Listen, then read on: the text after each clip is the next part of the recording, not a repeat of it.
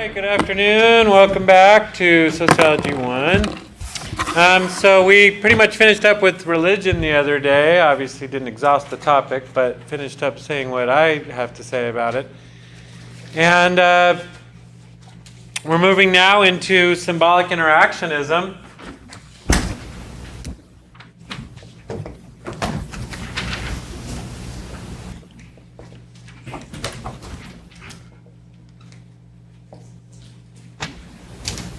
See that at home. Let's see if I can find a darker pen here. That'll do it. So I don't have a real good way to segue into it except to say maybe this, that Emil Durkheim was the founding father of functionalism, as you'll recall, and most of his life work was devoted to a kind of functionalist perspective. But as we saw when we talked about religion, he started late in his life to look at symbolic communication. When he studied religion, this idea of collective representations, that's another word for symbols. And so the importance of the ways humans attach meaning to one thing, but it means another, like a feather stands for the group, or the way that human beings separate the world in binary ways, like sacred and profane, was a big idea in Durkheim's view. Those ideas have been used a lot in symbolic interactionism. So maybe we should credit Durkheim a little bit with being also one of the fathers of symbolic interactionism, because late in his career he really began to look at how interaction through symbols is a big part of what social life's all about. And if you look at social life just as a machine from way up here, from a macro perspective, you don't really see the people communicating. They're just behaving, going places and doing things. But watching people communicate and trying to understand how they see the world in symbolic terms is getting into symbolic interactionism, and that's where Durkheim was headed late in his life. So what are some of the main ideas of symbolic interactionism? What are they trying to understand? We talked about a little bit. It's communication, social construction of reality.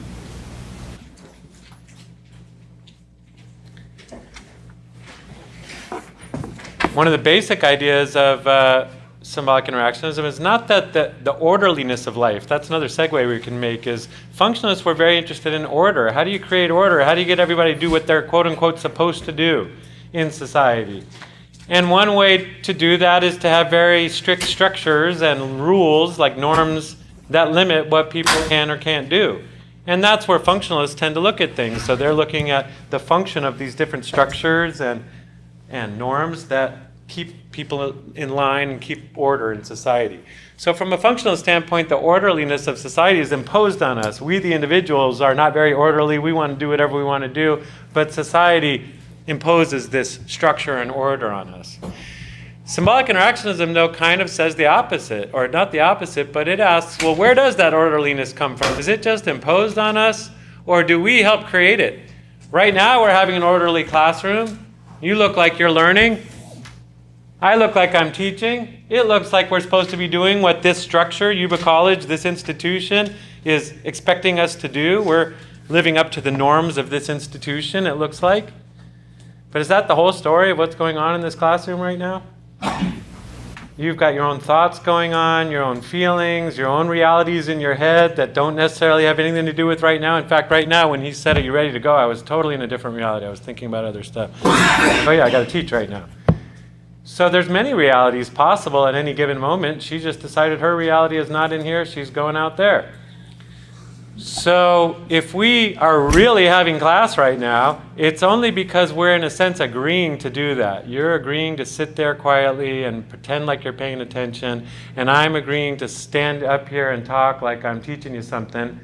But at any given moment, any one of us could disrupt all that order. At any given moment, you could just decide, I don't like this guy's teaching, I don't like this class, I don't want it to be orderly, I'm going to just start cracking jokes or letting out gas or something to disrupt this class, and the class would be disrupted, and the orderliness would fall apart. But you're not doing that. You seem to, everybody in this classroom, are willing to go along with the illusion that we're all here having a class. It's another way of talking about it is that it's social life as performance. we have to, it's like being actors on stage. We have to have a scene. Like, it's almost like there's somebody watching this class and they need to see that we're having the class. And you have to look the part and pretend like you're doing it. And to show you that it's kind of pretend, the example I used earlier in the class was, well, when somebody trips, usually people don't sit there and laugh at the person and cause a whole scene. It's called causing a scene. Instead, what we do is pretend like it didn't happen a lot of the times. Oh, I didn't see that. And the person who tripped might pretend like I didn't trip. Nothing happened. So why are we pretending so much? Why pretend like you didn't see it? Why pretend like you didn't trip? Any reason for that? Who's got an idea why is that? I want to be embarrassed. Right? Why not be embarrassed? Well, but I don't care if you tripped. That's you. Why should I pretend I didn't see you trip? It breaks norms and put us into situations that we're not prepared to handle. Well, you're bringing up functionalism. So you're saying the norm is you're not supposed to laugh at somebody. So we're also polite and follow the norms and we don't laugh at somebody. Symbolic interactionism doesn't really see it that way. It's not other people's norms that we're obeying when we do that. According to them, the reason we don't want to laugh is because then that disrupts the orderliness of the interaction. Before, we were all just sitting there, in the example I used earlier in this class, sitting at a cafe, talking to our friends. That's the reality we're living in. If somebody trips and we noticed it, then it's like a whole new reality. Then we got to be polite and help them up and things like that. But to pretend it didn't happen means that reality doesn't exist, and we're in this reality still. And the point is it helps maintain social order. If I have to pretend there's a different, if I have to change my script, change my performance. I was just being a guy talking at the cafe. Now I've got to be the helpful good Samaritan who's helping this person get up. And it's a lot of work to perform a whole new play. Let's just keep this play going. And so that's how symbolic interactionists see it, that there's a lot of work you're doing every second to maintain social order. Another example I gave was getting on a elevator, and you turn around like this. There's no rule, there's no norm, or there's a norm in a way, but there's no law or rule that says you have to turn around. And there's nobody that ever told you, probably. When you get on an elevator, make sure you turn around and face front. It's just something we all do. And if you didn't do it, you'd be disrupting the orderliness of the elevator, and people would feel not necessarily embarrassed, but disrupted. Like, this is just how we do things, and you disrupting it. Another example would be if you went home and somebody says, "Hi, how are you?" And you gave them the actual answer instead of just saying, "I'm fine, how are you?" In other words, we have a lot of little rituals we do. "How are you?" "I'm fine, how are you?" "Cool. What's up?" "Nothing much, what's up with you?" Do you really want to know what's up with the person? Do you even like them? It's just somebody you saw from class. But you're doing a little ritual because that's what's expected and that maintains the order. If somebody says, "Hey, how are you?" and you just look forward, they're going to get upset. Like, you're supposed to say, "Fine, how are you?" and you didn't. And then there's disorder of things not being followed according to plan. And so you could say it's norms, but what the symbolic interactionist idea is that it's our own desire to want to maintain order and just keep things going. That it's not imposed on us, like I better, ignore somebody when they fall. We have a desire to just keep the order going, and so that's the easiest way to do it, is just to go, "No, I didn't see that." And so in that sense, social order is more at the micro level. It's not a macro level thing where structures are imposed and all the human beings do exactly what they're supposed to because the structures in place force them to do it.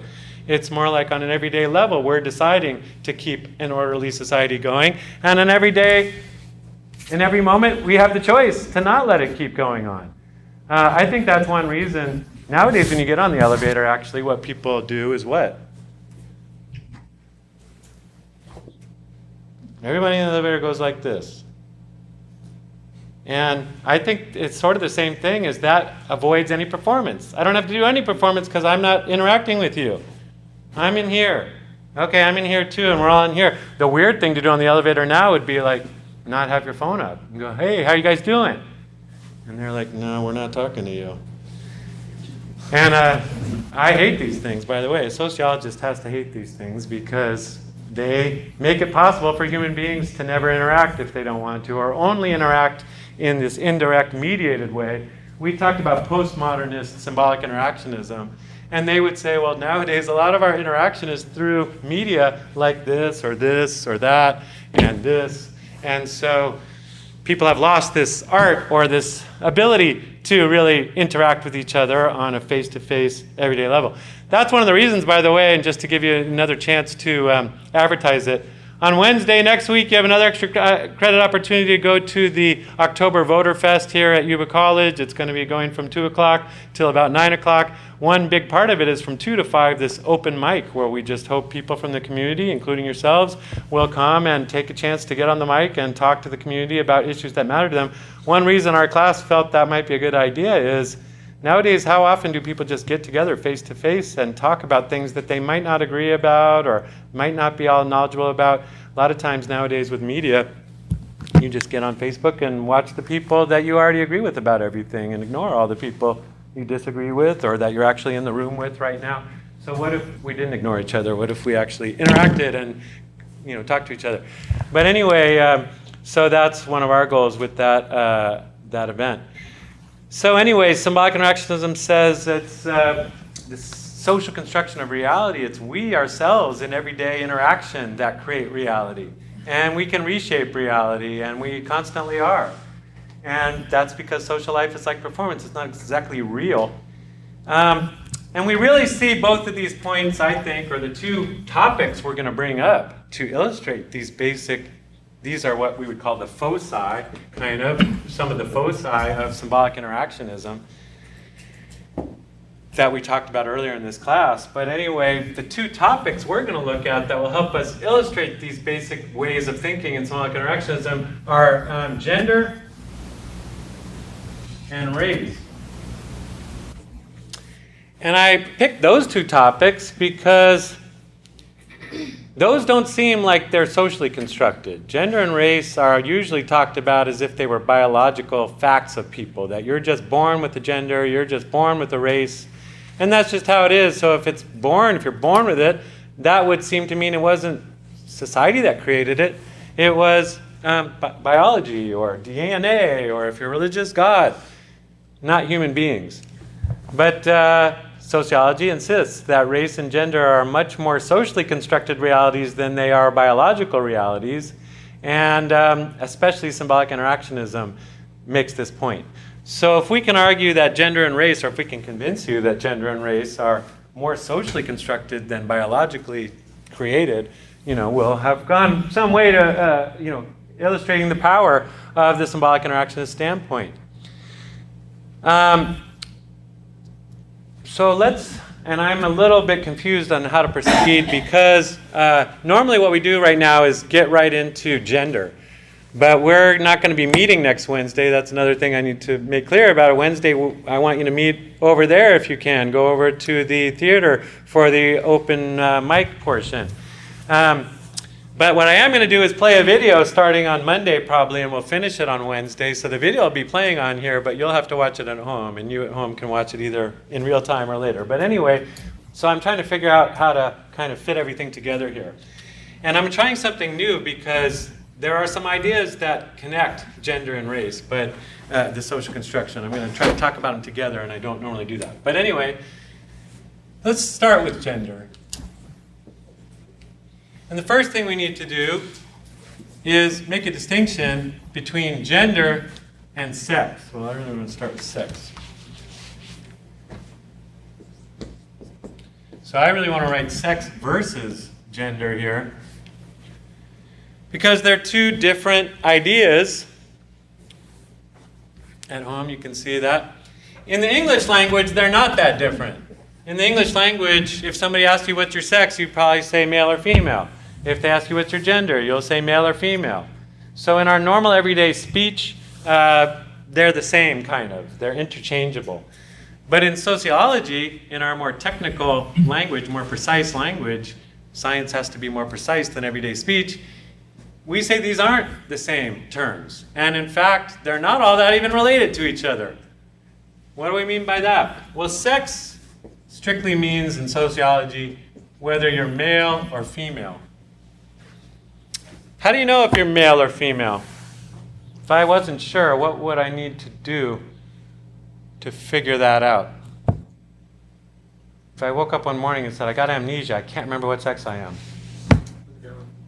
Look down, he said. Look at my pants. That's going to tell me? You're right. It will tell me. Not your pants, but your body. Well, inside my pants, yes. Last time I looked, as people like to say. Last time I checked. What do they mean by last time I checked? What are they checking for?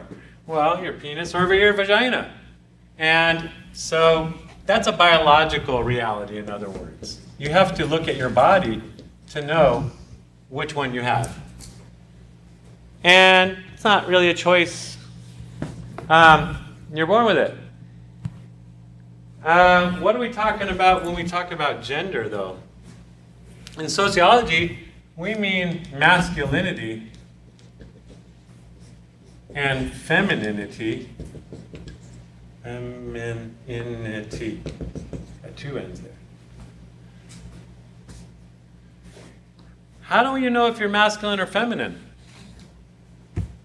If I woke up one morning and said, I can't remember, am I masculine or feminine? How would I know which one I was? You wouldn't just how you feel. Huh? You wouldn't because it's the way like you appear to others, I guess. So how would I find out? I'd have to ask others. I'd have to get out of bed, go find somebody, and do what? Compare what? How you feel? How I feel? So if I said I'm feeling masculine right now, what would that mean? How do you know if you're feeling masculine? Not like feel, but like. Well, I think she's onto a point here. I can't just look at my body. My body's not going to tell me the answer. Because I might have a penis, but I don't know. Is that masculine? I don't know. What else do I need to look at? Like, some people might say your clothes. What are you wearing? Your mannerisms. Your mannerisms. Okay, well, so, like mannerisms, one might be how I stand. Is this masculine or feminine? It is? I don't know. What about... I don't know. But I had to ask somebody else. In other words, what you're saying, I think what you're saying is it's cultural. Your culture might tell you whether you're being masculine or feminine. Your culture told me, you guys telling me this is masculine, I don't know. Wonder Woman stands like this. Maybe she's being masculine, I don't know. So does Superman stand like this. This, I don't know what that is. Maybe that's, I'm geeky. I don't know what that is. But anyway, in other words, another way to compare them, sex is fixed. You cannot change your sex, can you? It's fixed at birth, correct? Correct? Did anyone know Caitlyn Jenner? You can change your sex once nowadays. There is the technology where you can have your sex reassigned. But it's fixed in the sense that I've never heard of anyone changing back. I got a sex change and then I think I like being Bruce Jenner better than Caitlyn. No, that doesn't happen. And you're either one or the other. You can't say to the doctor, you know what, it might be good to have both here because, some weekends I'm kind of by myself. No, you can't do that. So it's one or the other. And it's always been one or the other. There are some people that are born with both, but they're reassigned. They're assigned at birth, one or the other. So it's one or the other. And modern technology, you can maybe change one time. But it's always been that way. You can go back 10,000 years in human culture and find people with penises and vaginas. And I'm pretty sure if you go 10,000 years in the future, you're going to find people with penises and vaginas. And not a whole bunch of other sexual anatomy that you're going to find. It's those two. And those two only. And it's anywhere on Earth you go. And I hate to tell you guys, but there's really not that much variation in the penises. They're all like 6 to 8 inches long. That's it.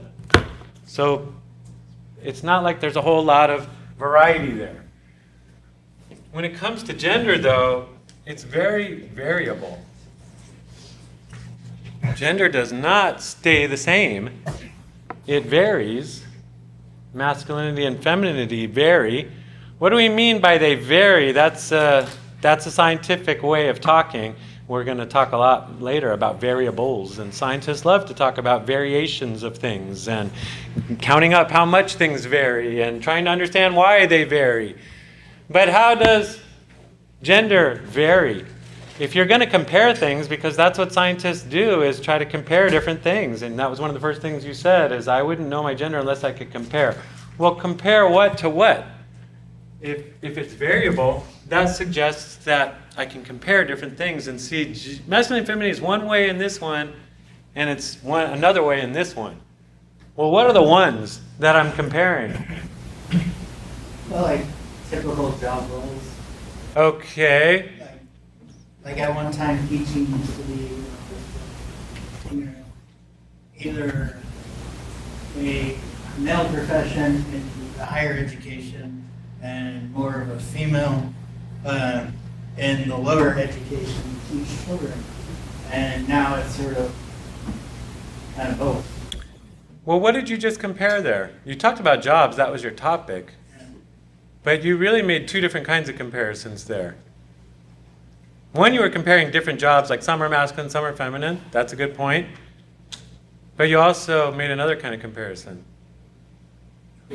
No, you said then, back then, and now. So there's historical variation in what's considered masculine and feminine. And the job classifications you mentioned, teaching, is considered feminine, really? Have you ever been to England? Have you been to Russia?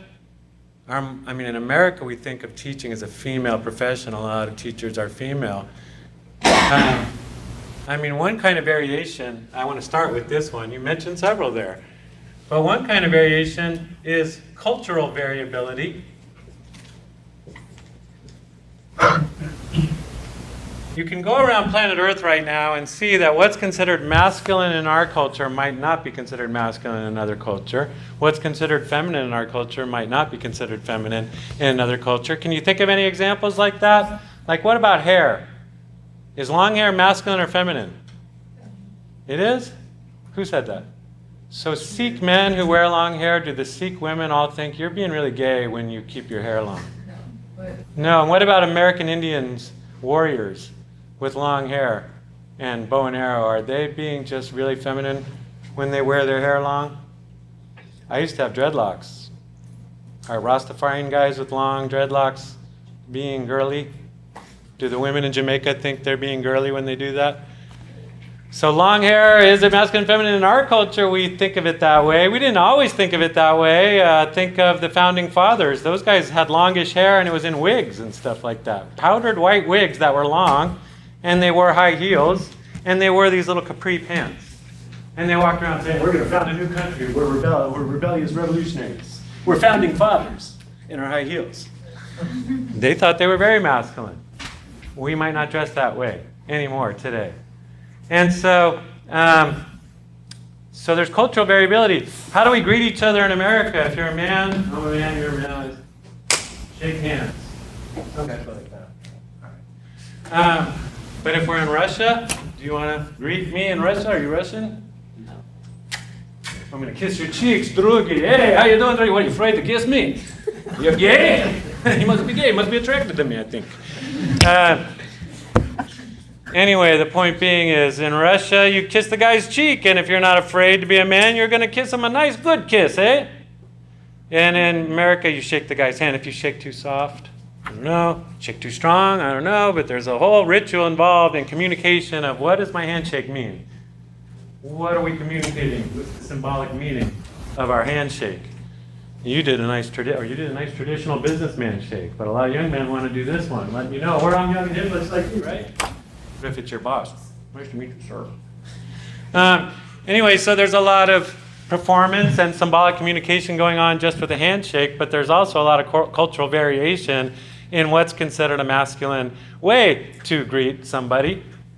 So there's a lot of cultural variability. You also mentioned historical variability. You can stay in the same culture, stay right here in America, but stay here long enough and you will see gender vary over time. A lot of you women in here are wearing blue jeans. Are you masculine? What's your orientation? No, I'm just kidding. But why are you wearing pants? Blue jeans. Those were invented by Levi Strauss in San Francisco for gold miners back in 1849. So are you guys gold miners or are you gold diggers? No, I'm just kidding. Anyway, no, the point being is pants, blue jeans. We consider it feminine, sexy nowadays. But in 1849, what are you doing? You're a woman. Why are you wearing blue jeans? So cultural variability, historical variability. We don't have to talk. I'm sure with a woman running for president right now, the idea that a person with a vagina can only do certain things, that's changing. And our gender before our very eyes in America, what we consider womanly to do, what we consider feminine, what we consider it okay for a man to say about a woman. I don't know if you've been following the news, but the presidential campaign and the things being said and how we're right now constructing gender in America. And what is a man and what's okay for a man to do and what's feminine behavior. What's masculine behavior? What's okay or not okay? We right now as a culture are reconstructing gender. And every day when people make choices like, should I have a job or not? Should I come to college or not? You are asking what is okay for somebody with a vagina or a penis, and what is gender. And what you also see is individual variability. So just because you have a penis doesn't mean you are considered masculine by your culture. You may be drawn to and behave in ways that your culture and your moment in time defines as not so masculine.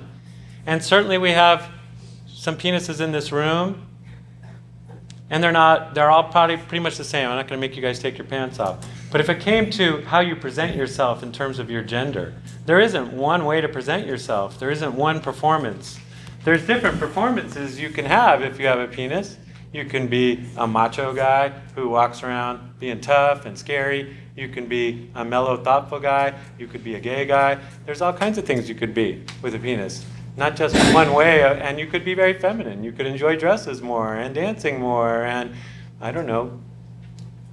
drinking white wine instead of red wine. I don't know what you consider masculine or feminine, but just because you have a penis doesn't mean you're going to be considered masculine by your culture. And there's many different kinds of masculinity, really, not just one.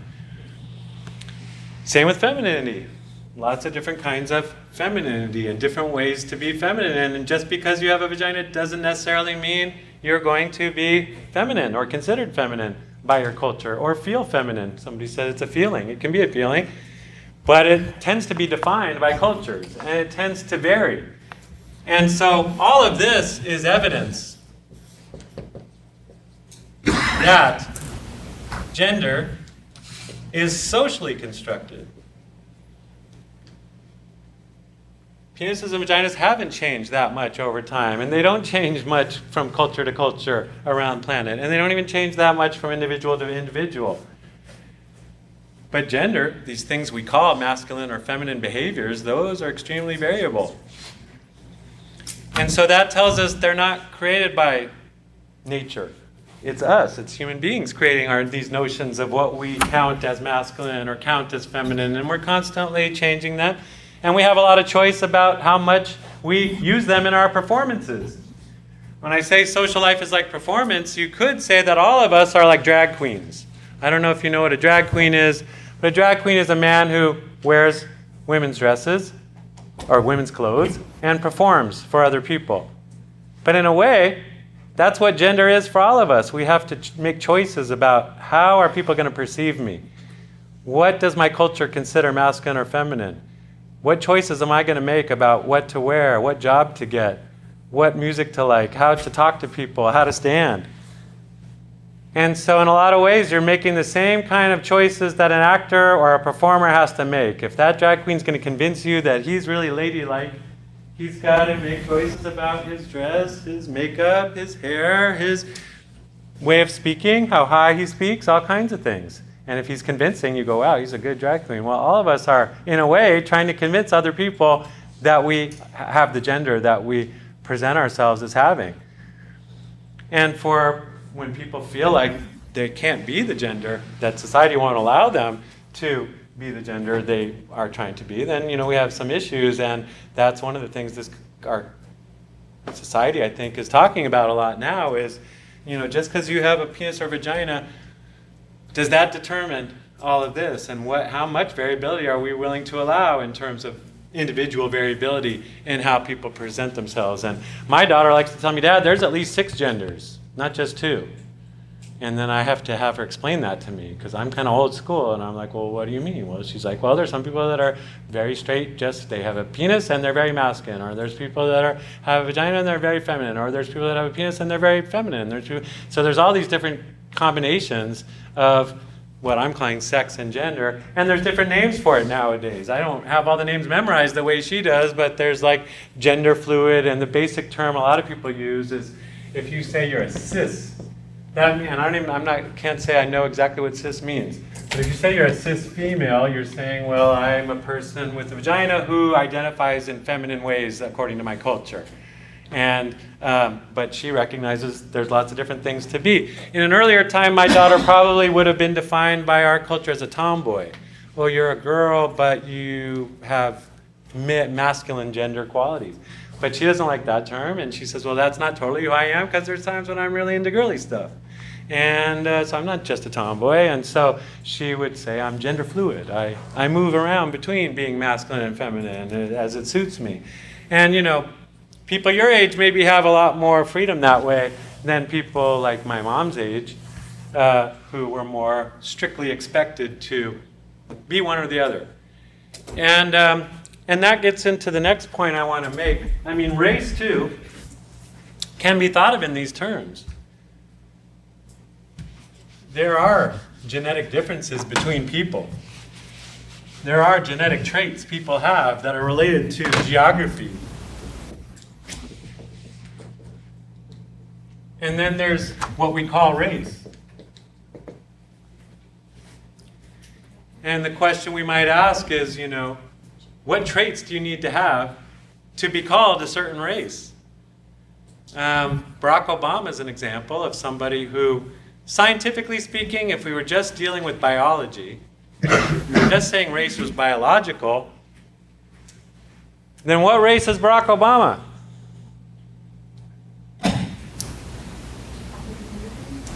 Why do you say that? But his mom is white. So if your mom is white and your dad is black, what are you biologically? If you understand genetics, you have genes from both parents, right? So biologically, he's not white or black. He's white and black. But the fact that you defined him as African American and he defines himself as African American, and by the way, that term, African American, isn't exactly a racial term. And I like that term better than the term race. But if you were to call him a Negro, would that be accurate? Or a Caucasian? Those are race terms.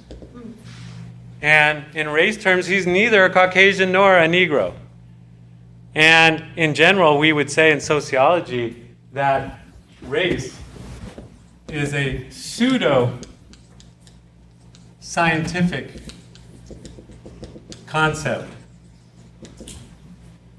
Race, we want to say, in sociology, is also socially constructed. It's not something you're born with. You're born with genetic traits that may be related to the geographical origins of your ancestors. But the idea that that's a race, that you're somehow a different kind of human being than other human beings, that's a created idea that was created by human cultures, and humans that created it said it was scientific. They said, well, we didn't create this. Nature just created this Negro race over here, Caucasian race over here, the Mongoloid race over here. Those are Asian people. The Semitic races over there, those are like Jewish people and Arabic people. And according to the race concept, it's called, humanity is just divided into these different groups, and that's just how it is. And sociology challenges that idea and says, is that really accurate statement? And what do we do then about people who don't neatly fit into those categories? And it turns out those categories haven't always been recognized, and they probably always won't be. And so we're going to get into this idea that race was invented at a certain place and time, mainly in America, mainly during slavery. And so it was a concept that helped to make sense of slavery and say, hey, slavery is okay because they're a different race. But are they really a different race? I mean, scientifically speaking, if two humans can procreate and have a baby that can procreate, then they're the same species. They're the exact same species. not a different species of people. But the race concept tries to make it sound like there's different species of human, and that they're also hierarchically organized, that nature put one up here and another one down there. But scientifically, that doesn't hold any water. If you look at people's genomes under a microscope, you can't tell what quote-unquote race they are. There is no definition of genes that tells you, there's no gene that says this is a black person, this is a white person. There are a combination of traits, and if you looked at their genome, you might be able to tell. Do they have curly hair? Do they have light skin? Do they have dark skin? Do they have, what eye shape do they have? But how many traits do you need before we say that's a African American, that's a black person, that's a white person?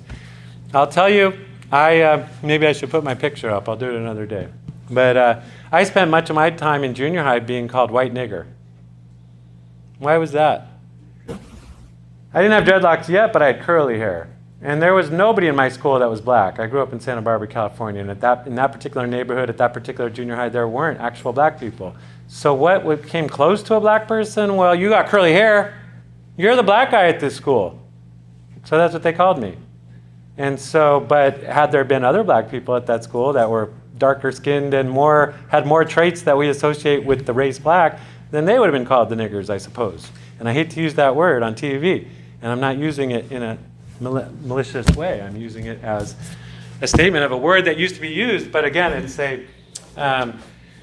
trying to say that race is contextual. If it was just a matter of biology, then I would just always be considered a white person. But depending on the social context you're in, you might be considered different kinds of race. And a lot of black people, for example, when race mattered more, a lot of them, if they could, would pass as white. If you had enough traits that would be considered white, if your skin was light enough, if your hair was straightened enough, if you wore the right clothes, you could pass as white. When a lot of Italians and Irish people and Jews came to this country, originally they were not considered white. You're European. You're a white ethnic, or you're an ethnic person. You're Italian, you're German, you're Jewish, you're not white. White was Anglo-Saxon from England. And people who didn't fit that weren't considered white. Nowadays, they are considered white. Italians, no one says, you're not a white guy. They don't have signs saying Irish need not apply, or people don't consider the Irish a separate race from white people. There's white people. But there used to be a time when white was a very narrow thing. And now it's a bigger group. In that sense, you could say it's like a club. And the club used to not let in Irish people and Italian people. Now it does. It still won't let in Hispanic people, brown people. It says, oh, you're a different race. You're browner than we are. Well, maybe we got a tan. But the point is what race are you? There's not clear lines between race, like the concept pretends there is. And scientists who really study it can't find anything that would determine what race you are. Instead, it's more of a cultural thing. If cultures decide, you fit this racial group, we're putting you there, you have to be a slave. You fit this racial group, you get to do this. It's more like gender. It's more like if we consider what you do to fit a certain category, we'll put you in that category. And we're going to explore these ideas in more depth. But in that sense, too, race is a bit of a performance. It's a bit like a costume that people choose to play to some extent, or not. And people might say to a black guy, well, you're acting white. And there used to be a term like being what was the term for that? An Oreo, or not an Oreo, what was the... what's white on the outside and black on the inside? I don't know. They used to call people that. Or you could be black on the outside and white on the inside. Or you could... Anyway, so race is not something you're born with as much as a category people are put into that takes account of genetic things, just like gender does. But it's not the same thing. Anyway, I'm trying to be clear. It's hard because I'm talking about race and gender at the same time, and I don't usually do that. But part of the reason I want to do that is because of another term I want to introduce right here. It's intersectionality. You hear that word a lot nowadays, especially because Americans are talking a lot about gender, a lot about race, and we're even talking as a culture a lot about inequality, economic. And so intersectionality, we've kind of talked about it earlier in this class when we talked about radical sociology. But it's the idea that race and gender and class intersect to construct identities.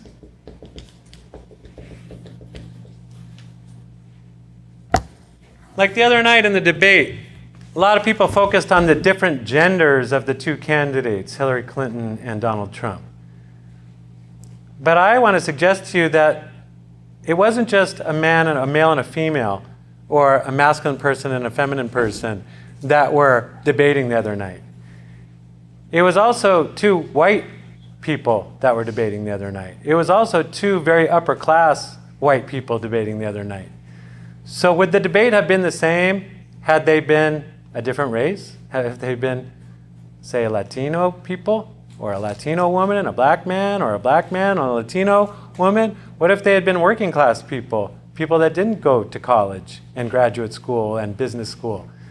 Would it have been a different conversation then? So it's not really that meaningful to just say, well, it was males versus females. It was also about race. It was also about class. And so you can't really understand somebody's gender all that well without knowing a little bit about their race, without knowing also about their class and our performances. When we talk about these things as being performances, well, your gender performance is going to be affected by your class and race. For example, a lot of young men of color, the way they present their gender is very tough guy. Strong, scary looking, tattoos. Whereas a lot of privileged white guys look very like nice boys. Little bow ties and little leather shoes. And so why is that? Well, if you don't have money and power to show off and show how strong you are, you can use your body and your scariness. If you have money and you've got a big house and you've got a big college degree, then you don't necessarily need to use your clothes and your body as the thing that shows how masculine you are. So if you want to figure out why people do the performance they do, why is a guy fronting like a gangbanger rather than fronting like a preppy, it has to do with class and race. And anyway, so intersectionality, and so it's hard for us to talk about race separate from gender and vice versa, and so I'm trying to talk about them together and give you some symbolic interactionist tools, analytical tools, for trying to understand people's, how gender and race and class affect the way we are in America and in the world. Language, if we're talking about symbols, symbolic interaction, that's what this is all about. And there's a lot of ways we interact with symbols. Like I was saying, the way you stand signifies things. The clothes you're wearing signifies things and symbolizes things. The tattoos and the way you carry your body symbolizes things. And so there's a lot of symbolic communication going on, and we don't even have to speak any lines to be doing our performance with our costumes and our gestures. So there's a lot of ways that symbolic communication or interaction happen, and a lot of different kind of languages that we speak in, symbolic languages. But language itself is kind of the granddaddy of all forms of symbolic interaction. And language constructs reality. Linguistic construction of reality is what I'm going to turn to right now. So when we're trying to understand the construction of gender and race, one of the first places we could start is with language itself. And one of the people that helped us see this is a guy named Ferdinand Saussure. He was a French linguist, not an American sociologist or any kind of sociologist really, but he revolutionized the field of linguistics, the study of language. And in doing that, he helped revolutionize sociology and literature, the study of literature, and actually many other fields in the universities today. And what he began to help us see is language itself creates reality. It's not just a way of talking about reality. It creates our understanding of reality. And I don't know if I need to go all into he wanted to have a scientific study of language. Before Saussure, linguistics was mainly interested in the history of words. Like if we take a word like tree, what's the history of it? Well, you could trace its history back to late English or Middle English and early English and Latin and pre-Latin and the history of the word. But Saussure says the history of words, that's interesting, kind of, but it's not really that important, really, when you get to people talking. When people talk, use language, they're not aware of the history of the words they're using. And it doesn't matter if they know the history of the words. That's not relevant to the act of speaking, to the ability of human beings to communicate through language. The history of the words isn't really relevant to that. So he said we need to study communication between people, not just the history of words. And if you're going to study language scientifically, any study of anything means breaking it down, analyzing it, break it into its parts. And one thing he did was break language down into language and speech. And say that we need to divide these things. They're not the exact same thing. Language is simply a set of words. Well, not simply, but it's words and a set of rules for using the words. And it's interesting to point out there is no one place you find language. I mean, dictionaries might tell you where the words are, and you might look up some grammar books to give you some rules, but there isn't like one place you go find the English language. Speech, on the other hand, is much more complicated. How does speech happen? I'm talking to you right now and you're listening. How is all that possible? If we were going to study this happening right now scientifically, what scientists would we need to invite on our team to help us understand it? Well, think about it. For one thing, there's mouths making noises. There's tongues helping to make noises. There's sound waves moving through air. Sound waves being picked up by ear canals. Ear canals sending those sound waves to audio nerves. Audio nerves converting those sound waves into brain waves. Brain waves being interpreted by your brain as information, and then you understand what I said. So if we were going to really study that, we need some biologists here to study the ears and the audio nerves. We need some physicists here to study how sound waves travel through air. We need some neuroscientists to study the brain and how it interprets information. It's a big, complex thing, trying to understand speech. So Saussure says, let's leave speech aside for the moment. We're not going to understand that right away. But we can break language down even further, because language is composed of words and the rules. But let's talk about the words, because words are, in Saussure's terms, signs. They're really part of a larger category of things that humans use to communicate. Signs is another word for symbols. So words are symbols, and if you want to understand how words work, you're really trying to understand how do symbols work. And in that sense, Saussure is considered the father of semiotics. You could say that about him. He's also the father of semiotics, because semiotics is the study of symbols. And he helped change the field of linguistics to say it's really the study of symbolic communication, symbolic interaction, symbols. Well, how do symbols work? Signs can be broken down further, too, into smaller parts. There's the signifier is part of the sign, and the signified. So let's take an example. The word tree is a signifier. But that sound, tree, or those 4 letters written down, those only make sense, or you know that they refer to something else. They refer to a tree. And you thought my handwriting was bad. Check out my drawing. Anyway, that's what it refers to. But what Saussure asks is, what's the relationship between these two things? Does a tree need to be called a tree?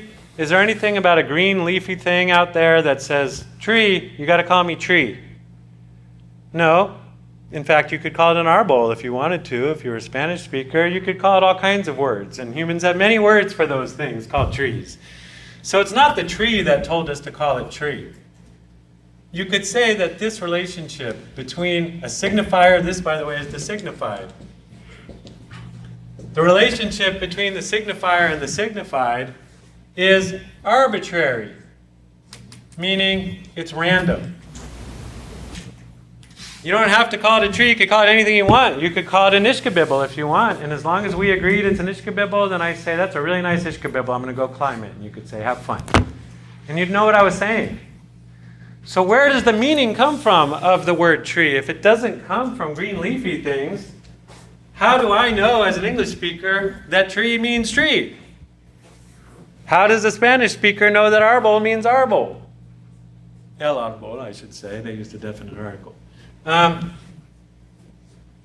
It's other words. Other words in the language are where meaning comes from, not the things that language is about.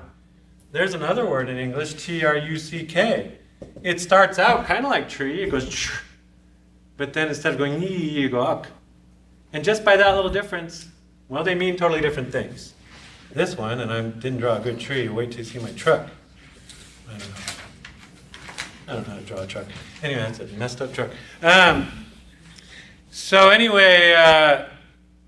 really, this is where meaning comes from. It's difference. Meaning comes from difference.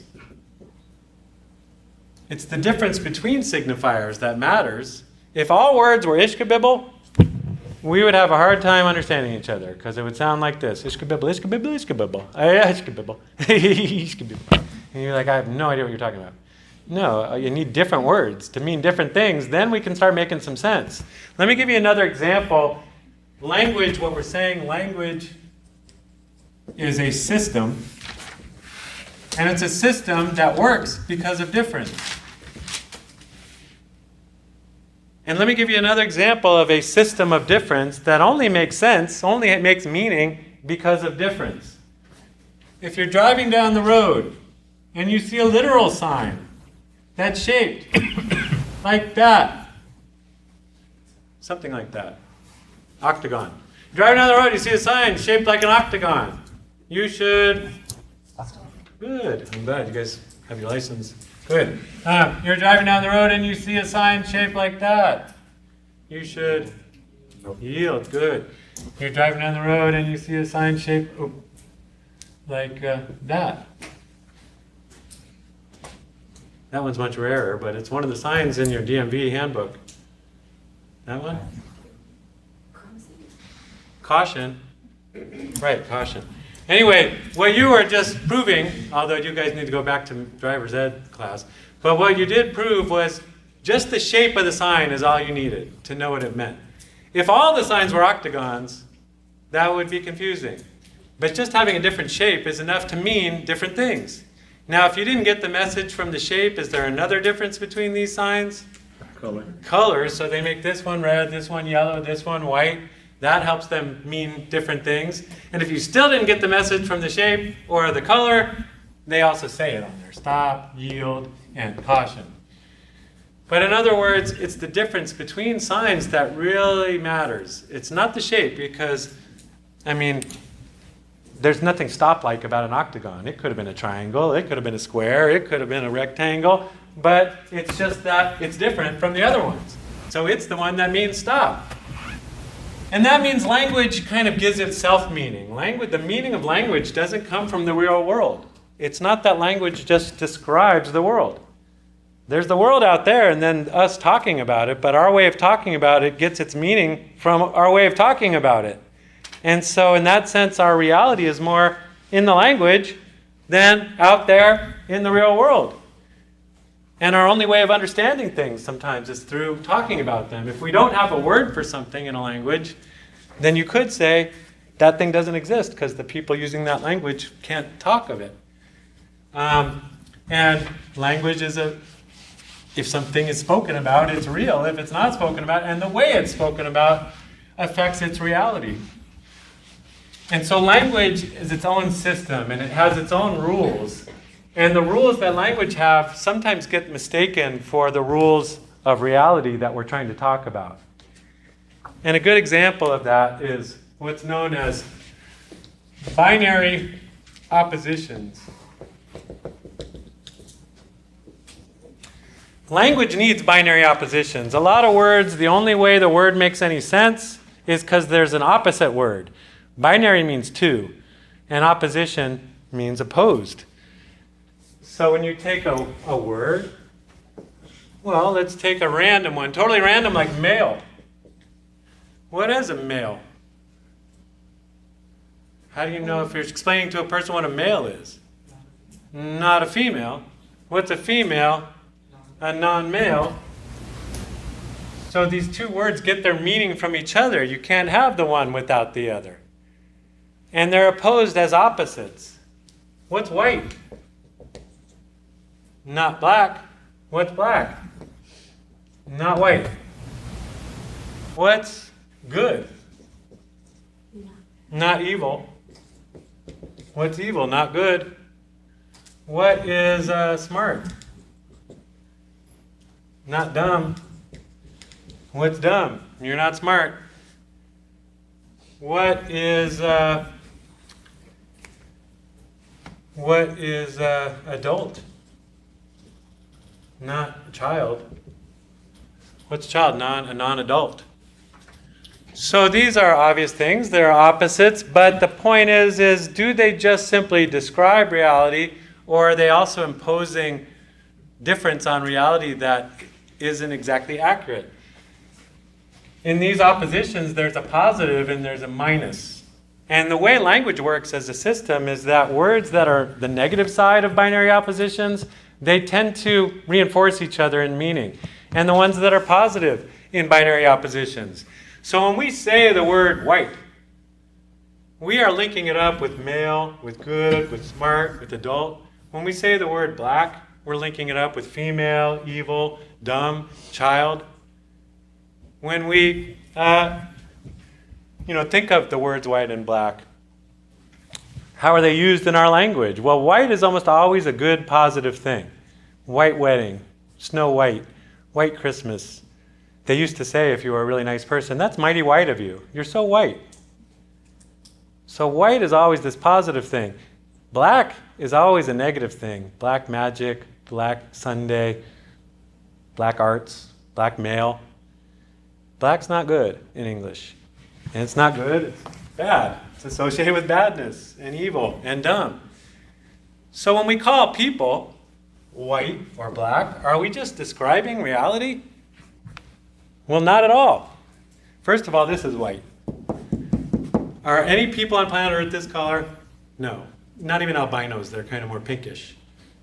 So nobody is white on planet Earth. There aren't white people. There also aren't black people. I'm sorry to tell you. This is black. Wesley Snipes could spend 10 weeks naked in Hawaii and he wouldn't be this color. So no one's actually black. There's brown people, there's dark brown people, there's lighter brown people, there's tan people. But when we say there's white and black people, we're assuming that humanity is divided up in a binary way. That there's this one over here and there's that one over there. And they're the opposites of each other. And in our world, we often assume that they're opposites. In American culture, everything that we expect white people to be, or we construct white people to be, we tend to construct black people as the opposite of that. We say, oh, white men can't jump. But black people there can play basketball. White people are good at school. Black people aren't good at school. White people work hard. Black people don't work hard. Everything is opposite. And in reality, we as human beings are much more combinations of these two things. There's plenty of somewhat lazy, somewhat hardworking people. There's plenty of people that are sort of good at basketball, not that good. And I know plenty of white guys that can jump way higher than any black guy you know. And I know plenty of black guys that suck at basketball.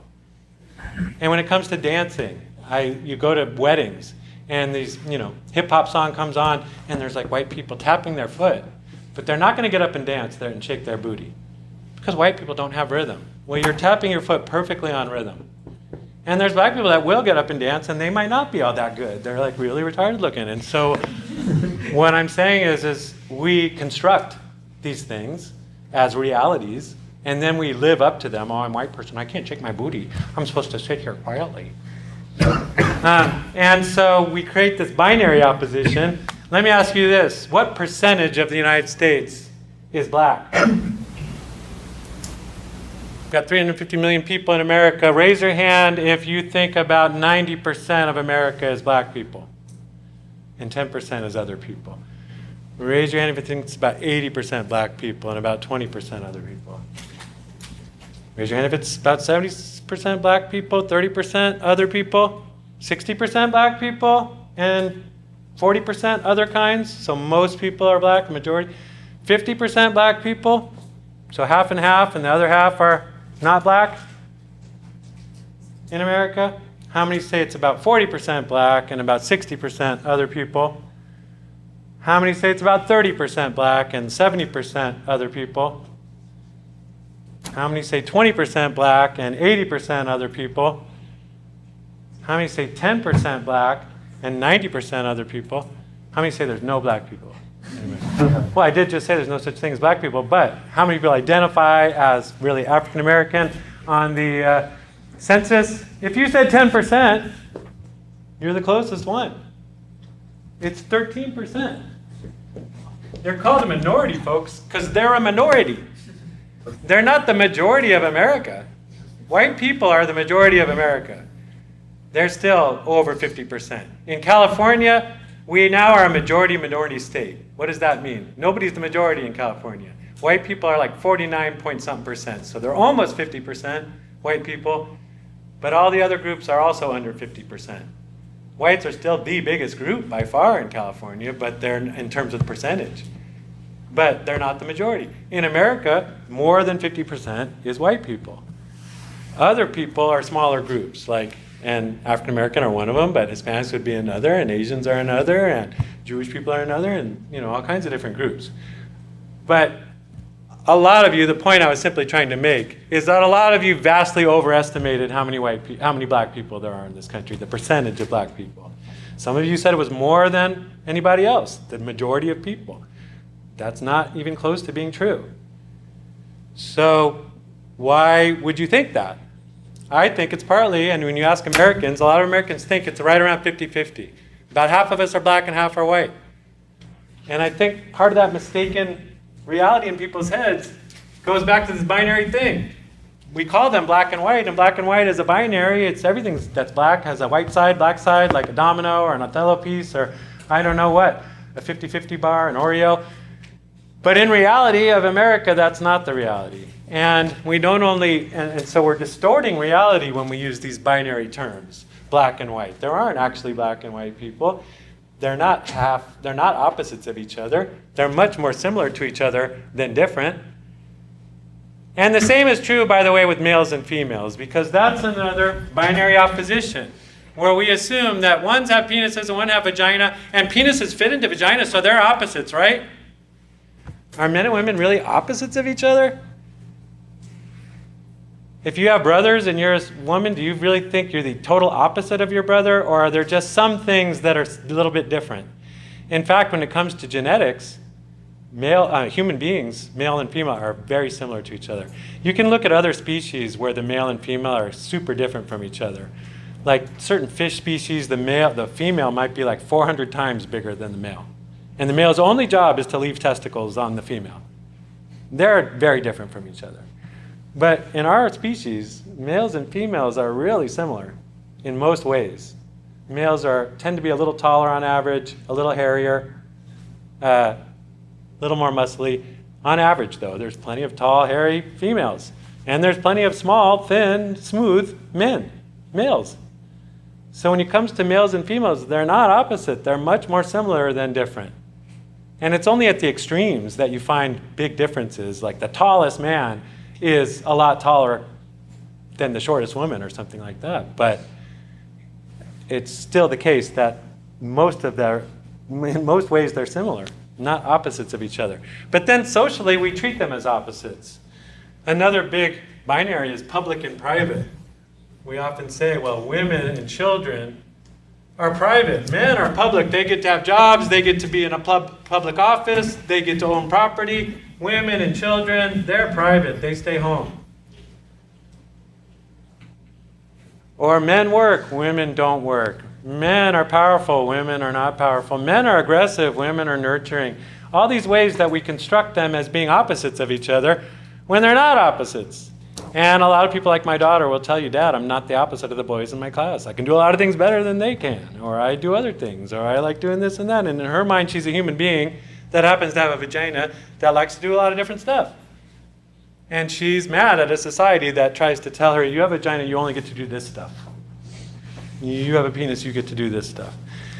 So she's hip to the idea, I think, that gender is socially constructed. It's not given to us by our biology, and that we can reconstruct it. We can change it as cultures in society and say, okay, let's stop thinking of these cultures as, or these people as opposites, and think of them as more similar than different, and give them more of the same things to be doing in society, rather than the complete opposite things to be doing. And you know, another binary we could put on here to bring it back to race is master, slave.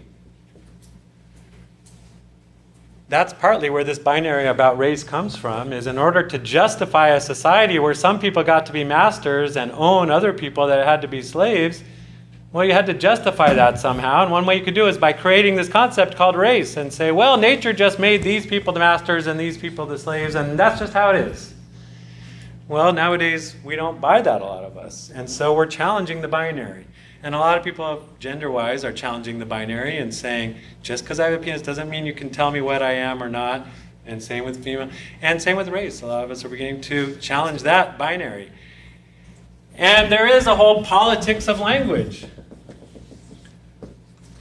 If language helps construct reality, then people are going to get very passionate about what do we call things? What's the correct term to call stuff? Because if you call it a certain thing, you're creating a reality.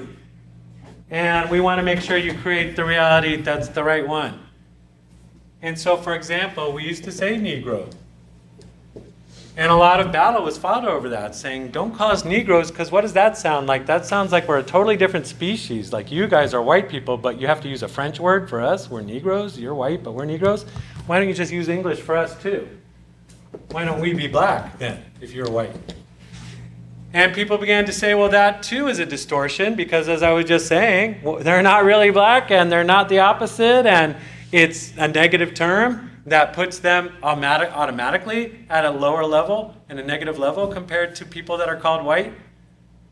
So that term, people are saying, maybe that's not a good one. Jesse Jackson, a civil rights leader, said, I think African American is a better term because it's, first of all, not referring to race. It's referring to the continent that your ancestors might have come from. And there are certainly people in this country who we call black whose ancestors came from the continent of Africa. But it avoids grouping them together as a specific race, because really Africa has many different groups of people with many different traits. There's all kinds of different tribes and different cultures throughout Africa, so to just group them all together as one thing and say, well, you're the black people, you're the black race. Well, no, we're Africans with many different African cultures and traditions. And in fact, we're not Africans, we're African Americans. We're people who don't have any connection to Africa anymore, except that our ancestors came from there. And so he was trying to say that would get rid of this binary thing, because if we're African American, then what are white people? Well, they would be European American. And Asian people would be Asian American. And I don't know why we ever called Asian Americans yellow, because I've never seen a yellow person. It's the silliest thing I ever heard. But these are maybe better terms, because instead of using race like Negro and Caucasian and Mongoloid and Semite, we're talking about the continents that people's genomes can be traced to. And ultimately, all of our genomes can be traced back to Africa, and there's more and more evidence of that every day. So really, we're all ultimately Africans, and as we spread out over planet Earth, we adapted to different climates and different geographies, and our different genes got more pronounced or more activated. But really, we're all human beings with some different pronounced genetic traits. And so it might be better to talk about where people came from, not what quote-unquote race they are. But here's one of the problems with that, and same with gender, by the way. I went to a college, and by the way, a lot of talk in our current campaign about being politically correct. And Donald Trump likes to say, I'm not politically correct, and it's time that we stop being so politically correct, he says. Well, what does it mean to be politically correct? I understand it to mean trying not to just continue with an old reality that might be a racist reality or a sexist reality. So if we keep using our old words uncritically and calling people Negroes, oh, it doesn't matter, we'll just call them Negroes. Well, that's keeping a reality that people don't want anymore. And we could still call girls chicks and babe and dame, but a lot of women don't want to be called that. They want to be treated with the same equal respect as men. And so I was going to say, when it comes to politics of language, it isn't just race terms that we fought over. The school I went to, which was, a movie was made about it, by the way, called PCU, about being a politically correct university, because at that school, people were very adamant that you use the correct words to refer to people and don't use words that are old-fashioned and sexist and racist. So at my school, sometimes women would want you to spell the word women with a Y, W-O-M-Y-N, because they're saying we're not just like a lesser version of a man. There's man, and then there's a woe man, but we're not woe mans. We're a different thing than you. So they like, but anyway, one thing, not everyone bought into that. But one thing I learned to do at that school, because I came from Southern California, and I often referred to women as chicks. That was just what we said in Southern California. She's a nice chick. Yeah, I know that chick. And at that school at Wesleyan, they were like, don't use that word. How dare you use the word chick? I'm like, what's wrong with chick? And they're like, we're not baby birds. And you don't call yourselves little chickadees or whatever, or you don't call cubs, oh, you're a nice cub. You're a man. So if you're a man, we're a woman. Thank you. So anyway, a lot of politics over what we're going to call things. And sociology has a dilemma here. Because I just mentioned that we think of race and gender as socially constructed. We would like to get rid of the concept in race in sociology. We'd like to get to the point where people are just people, like I'm saying, from different parts of the planet and different ancestry, and that they're not grouped together in this pseudo-scientific way. But it's hard to get to that point. There was a proposal a few years ago by Ward Connerly, an African-American Californian man, who put a proposition on the ballot to say, let's stop using the word, let's stop asking people's race, like on your application for college or the census or any official government document was what the law was going to say. It said, on any official document, you can't ask a person their race, because he was saying what I'm saying, race is a made-up thing. We're all American people. Don't try to group me into some separate thing, because I'm an American, and so are you. So he was saying, I don't want to be held back by the term race and the category race. Now, sociologists like myself and many sociologists said it would be great to get to a world where race doesn't matter.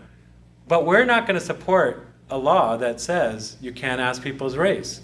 Why do you think sociologists like me would agree with Ward Connerly? Race is a messed up concept, it's not real, it's socially constructed, and yet we want to keep asking about race on these forms and documents. Well, it helps with our studies as sociologists. Exactly. We can't study racism without being able to see what race people call themselves. We can't tell, like, does a company only hire certain kinds of people and not others if we don't ask this term about race? And we won't be able to overcome racism unless we study it and measure it and hold people accountable and say, look, company, you never promote Latino people. You're always only promoting the white people. Is that okay? Why are you doing that? But if we never asked, we'd never know. And if you never knew, you couldn't file a lawsuit against them. You couldn't do studies on them. So sociologists agreed with Ward Connerly. It's a socially constructed, but it's like a catch-22. We want to get to that point in society where people don't use that idea anymore. But to get there, we have to keep using the idea or keep measuring it and categorizing people according to it. So it's like a catch-22, but hopefully as a society, we're more and more, this sociological point that I'm making, that race is more of a linguistic construction. It's more of a word and a category that varies over time. The same way that gender is a category that varies over time. The more we're aware of that, the more we become conscious of these sociological facts. But oftentimes people act on the realities as if they were real, true realities, and people right now in America are still very wrapped up in this idea that if I'm in this racial category and you're in that one, then we're very different from each other and we can't trust each other and those kinds of things. But sociology, the way I feel about it is our conversations about race and gender in this country have been led more by politicians who have their own reasons and own ways of talking about those things. Politicians are interested in power, so if they can talk about race and gender in ways that help them get power, they'll do that. Sociologists, we're more interested in everybody getting along and working well together, so our way of talking about it tends to be different than how these political leaders and media elites talk about it. So I guess that's one thing I wish was going on in America. Instead of the politicians and the media leading our conversation about what do race and gender mean for us, we could have a more sociological discussion about it. All right, well, I'll see you on Monday when we will really start getting into the gender issue.